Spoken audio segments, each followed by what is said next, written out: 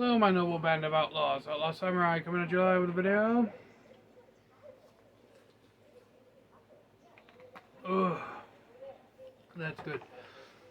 I needed that swig after the great deal of physical exertment I did making a few videos just now. In any case, we have this.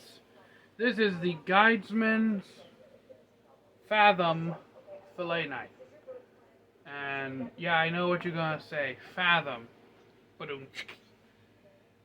What an original name for a filleting knife.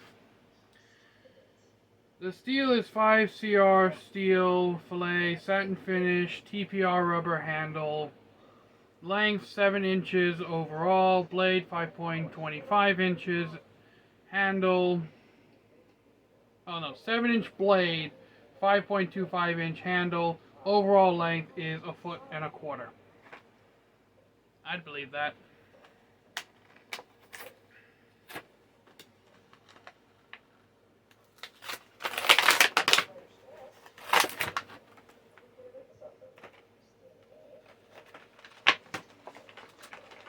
As we normally see me do, we'll start with the blade. This is pretty much a standard fillet knife. Good bit of flex in here.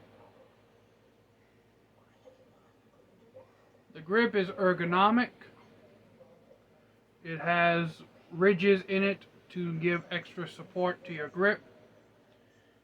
A lanyard hole, orange and black color scheme. Now you're probably wondering why the orange and black color scheme. Fishing products tend to have a blue and gray or multiple colors of blue and white color scheme. Well, this is actually a hunting knife. This is advertised for hunting, as the package says. Meaning that this knife is intended to not particularly fillet fish, but more for filleting bones and taking meat off said bones. This is essentially a boning knife. And as we always do, we will test the sharpness. I have receipt paper, and if it can go through receipt paper, it will go through pretty much any other paper. Not bad. Get caught.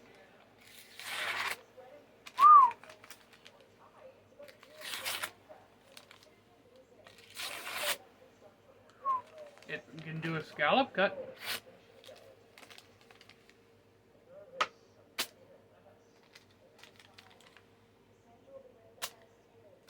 Not so much, not sharp enough to really do a zero static from start to finish. But it does have a keen edge on it. Very nice.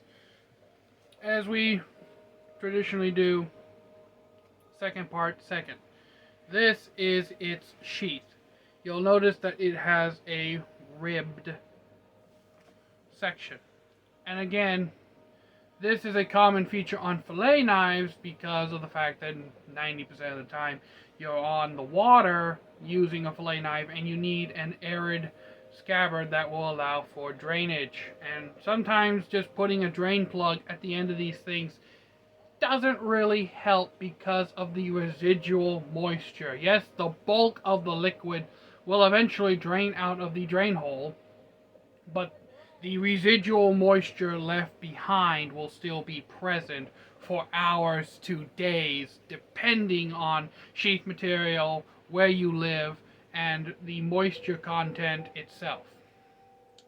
Hence why fillet knives tend to have these ribbed sheaths that do the job of what a sheath is really meant to do, and that's just to keep you from cutting or stabbing yourself with the blade when you're not using it. As you can notice, it has a swivel feature. Now, keep in mind, upon seeing this, I feel like this has way too much free room to swivel.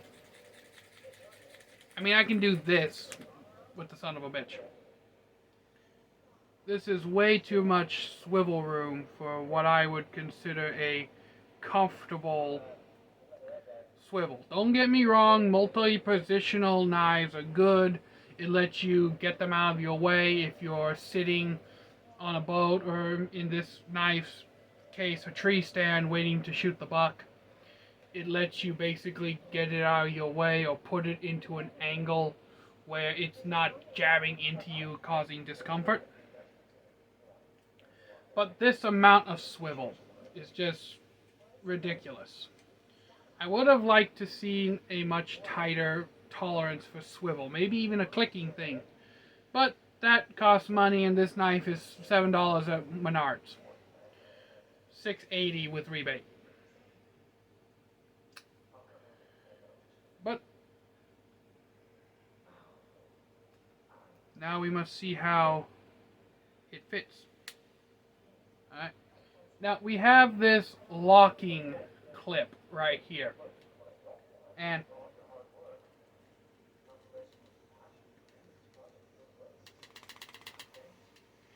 it does its job well of keeping the knife in the scabbard, and is relatively easy to pull out.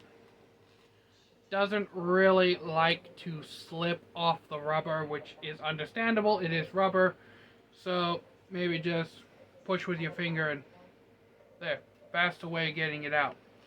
It does add just the right amount of retention to keep the blade in and to keep the sheath from falling off of it. So, all in all, if I had to say this is a very good knife for the money, you do get some cool color palettes that you don't usually see on fillet knives. You get a multi-positional sheath and also a standard belt clip. And this is a cool feature. This is a button clip. I don't know what the technical name for these are, but I call them button clips. And essentially what this does is that if you have a piece of gear on, say, a vest or something, and you align the button with this space and push down, what it does is essentially allow you to hang it from higher up on your body. You can even, some vesting gear will have these button clips on your arm. Some will have like suspenders with little buttons on them. Basically, it lets you hang it from a higher position, so it's it's less cumbersome to wear, or makes it more easily accessible. One could even argue that it lets you hang it from the wall or the side of your fishing chair if it has a little nub on it. So that's also good. Keep in mind, this is not a review of this knife. These are really just unboxings and initial impressions. But I would say that this seems to be a very good knife. And I know what you're going to ask me next. Well, Outlaw, how would you go about testing this? I mean, the blade is long, and the blade does seem substantially long enough to go through a bottle, but I'm not going to put this through bottle cutting simply because the blade isn't made for that. How I would go about testing this knife is essentially, if I had the resources to do it, is just keep filleting fish and boned meat until this thing got dull, as its intended use for. But until next time, my noble band of outlaws, Outlaw Samurai tells all y'all, be crazy rednecks, be safe in using your weapons. I'm out. Peace.